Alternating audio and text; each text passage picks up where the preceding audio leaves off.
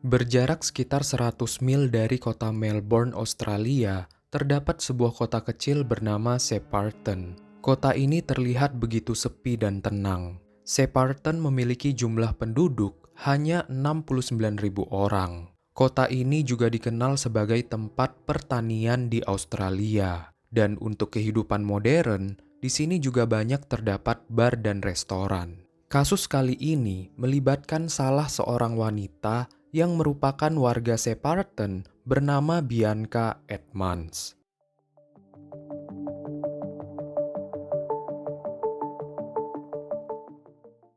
Bianca lahir tahun 1986. Bianca tumbuh menjadi gadis muda yang anggun. Memasuki usia dewasa, Bianca menjadi wanita yang penuh percaya diri. Rupanya Bianca sudah pernah menikah secara tidak resmi lalu bercerai. Dia memiliki mantan suami bernama Michael Capocciana. Michael lahir pada tahun 1990 dan merupakan juniornya Bianca saat sekolah dulu.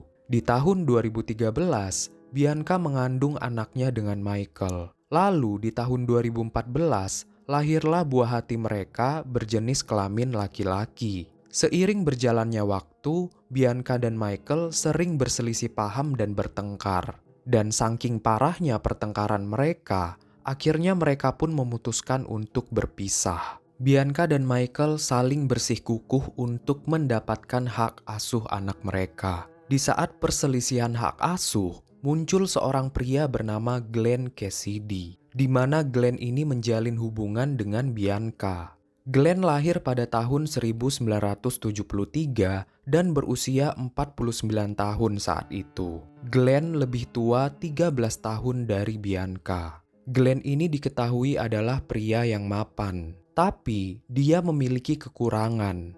Glenn orang yang mudah tertipu karena dia membutuhkan bantuan seseorang setiap kali dia ingin membaca dan menulis. Jadi bisa dibilang Glenn ini mengidap buta huruf dan buta tulis. Glenn mendapatkan uang dari keahliannya mengoperasikan kendaraan konstruksi yang rumit. Bianca dan Glenn berkenalan melalui aplikasi kencan bernama Tinder. Di sisi lain, Michael pun telah menemukan kekasih barunya bernama Silvana. Mereka berdua tinggal di utara kota Melbourne. Sementara, Bianca dan Glenn tetap tinggal di Shepparton dan telah menikah pada bulan Februari tahun 2016. Walau terpisah jarak dan udah punya pasangan masing-masing, tetapi perseteruan antara Bianca dan Michael ini nggak habis-habis. Bianca adalah wanita yang pandai memutarbalikkan fakta dan sering menjelek-jelekan Michael ke si Glenn. Akhirnya Glenn yang masih bucin terpancing dan timbul rasa benci ke Michael. Rupanya setelah Bianca dan Michael berpisah,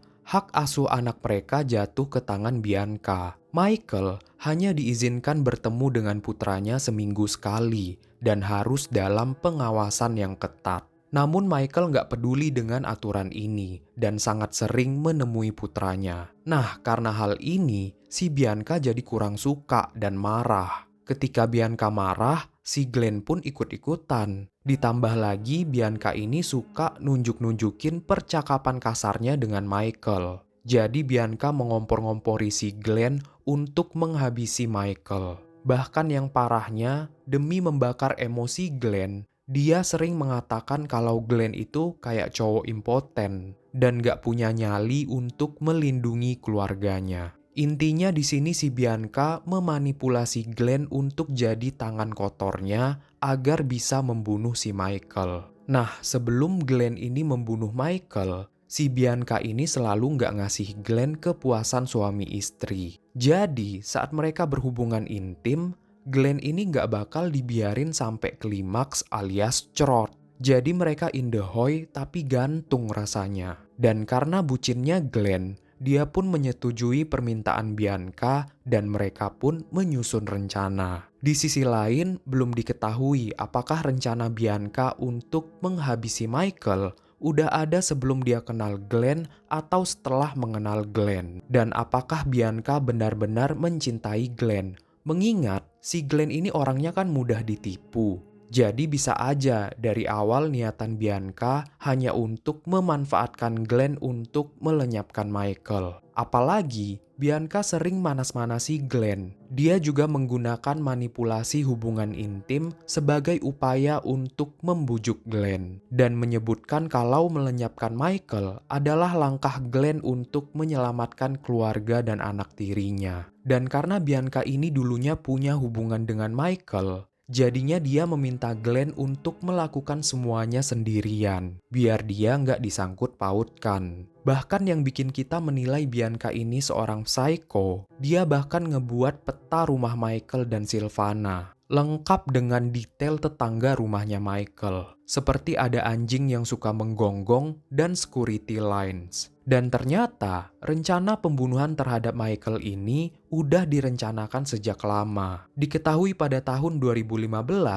Glenn membuat daftar atau list hal-hal apa saja yang harus dipersiapkan sebelum menghabisi Michael. Mulai dari mempersiapkan peluru hingga mengangkut tubuh Michael serta membuangnya. Glenn juga menuliskan keinginannya sebelum mengeksekusi Michael, yaitu tabungan untuk Bianca dan anak tirinya, hingga punya anak kandung dengan Bianca, lalu menikah dan melakukan hubungan indahoy sebanyak mungkin. Polisi menemukan percakapan Glenn dengan Bianca yang terekam di HP Glenn. Dalam percakapan itu, Bianca terdengar sangat tidak tertarik dengan Glenn. Bahkan tiap Glenn mengungkapkan kasih sayangnya, Bianca ini kelihatan kesel.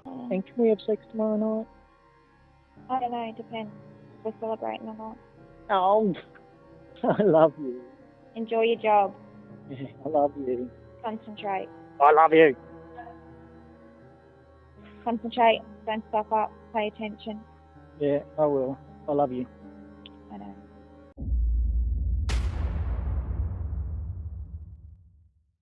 Di hari H eksekusi di tanggal 12 Maret 2016, dengan licik Bianca mengirim pesan palsu dari HP Glenn untuk digunakannya sebagai alibi. Di pesan WA ini Bianca seolah-olah menjadi Glenn. Bianca, aku sangat mencintaimu. Aku nggak tahu bakal melakukan sesuatu yang kamu anggap sangat bodoh. Tapi aku udah nggak tahan sama omong kosong ini lagi. Aku nggak mau jadi orang tua yang setengah-setengah. Jika aku ketangkep, aku mau mereka tahu kalau kamu nggak ada hubungannya sama sekali. Ini pilihanku, ini keputusanku. Kamu nggak tahu apa-apa tentang itu. Tolong, saya masih ingat gimana stresnya kamu kehilangan bayi pertama karena dia. Dan aku nggak pernah bisa memaafkannya. Makanya aku takut kalau suatu hari dia akan mencoba mengambil anak laki-laki saya dari diri saya. Tolong ngertiin aku ngelakuin ini semua untuk kamu, meskipun kamu nggak setuju.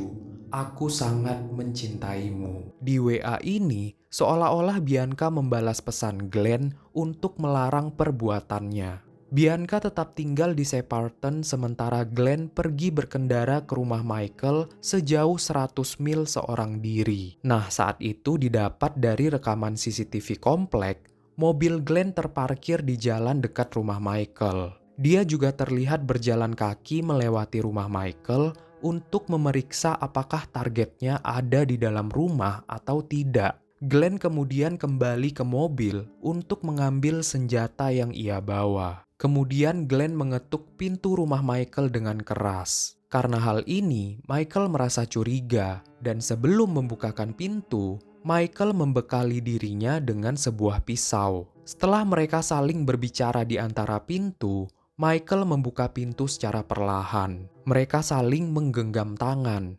tapi tiba-tiba Glenn mendorong Michael ke dalam, lalu dibalas Michael dengan pisau. Glenn pun menembaki Michael hingga tak bernyawa. Kemudian Glenn lanjut mencari Silvana di dalam rumah itu, walaupun dia tertatih menahan sakit akibat tusukan pisau dari Michael. Tapi waktu Glenn mau nembak Silvana, ternyata peluru dalam pistol itu cuma satu dan udah dipakai untuk nembak si Michael. Sehingga Glenn pun kemudian melempar Silvana ke tanah dan mulai memukulinya. Karena mulai kehabisan darah, Glenn pun udah hampir tidak sadarkan diri. Dan di detik-detik terakhir, Glenn menitipkan sebuah pesan. Tolong bilang anakku aku mencintai mereka. Bilang juga ke Bianca, aku mencintainya. Aku udah nembak si Michael. Akhirnya Glenn juga tewas di tempat. Silvana pun bergegas menelepon polisi dan melaporkan semua kejadian ini. Petugas pun datang ke TKP dan disambut dengan situasi yang mengerikan, di mana di dalam rumah itu terdapat 2 pria dewasa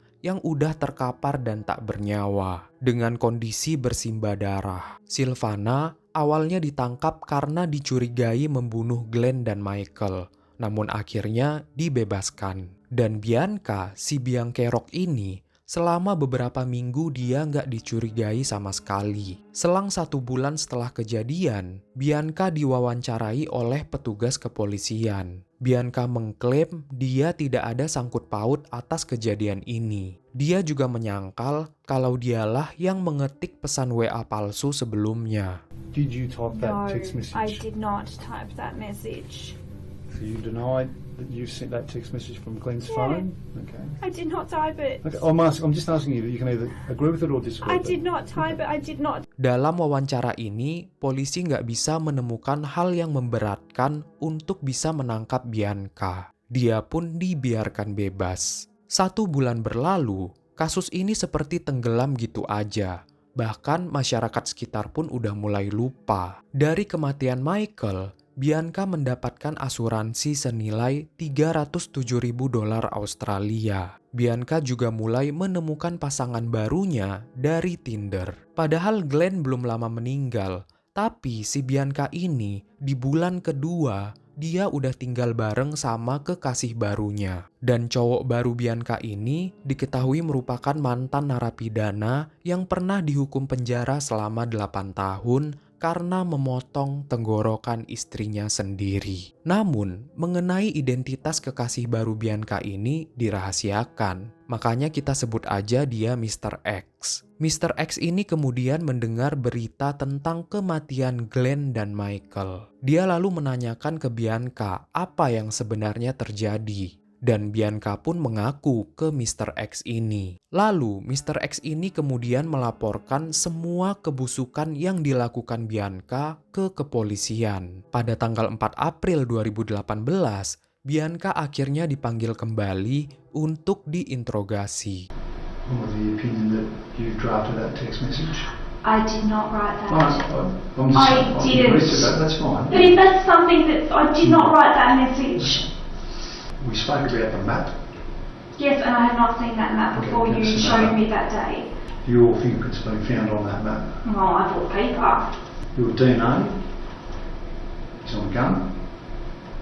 Hingga akhirnya pada Juni 2019, tepat 3 tahun 3 bulan setelah kejadian, Bianca Edmonds ditangkap dan didakwa atas kasus pembunuhan. Sidang pertama Bianca dilakukan pada Juni 2022, namun saat itu belum mencapai putusan hukuman. Sidang kedua yang dilakukan pada Agustus 2022 juga demikian. Hingga sidang ketiga pada Desember 2022, jaksa mengungkap bahwa adanya DNA Bianca di pistol yang digunakan Glenn. Dan terdapat sidik jari Bianca juga di peta yang digunakan Glenn. Bianca pun divonis penjara seumur hidup. Karena memang Australia dari tahun 1967 tidak menerapkan hukuman mati.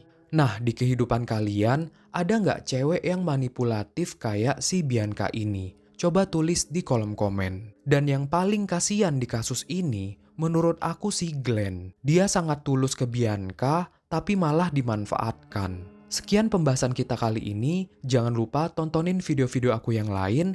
Klik subscribe dan like. Terima kasih. Assalamualaikum.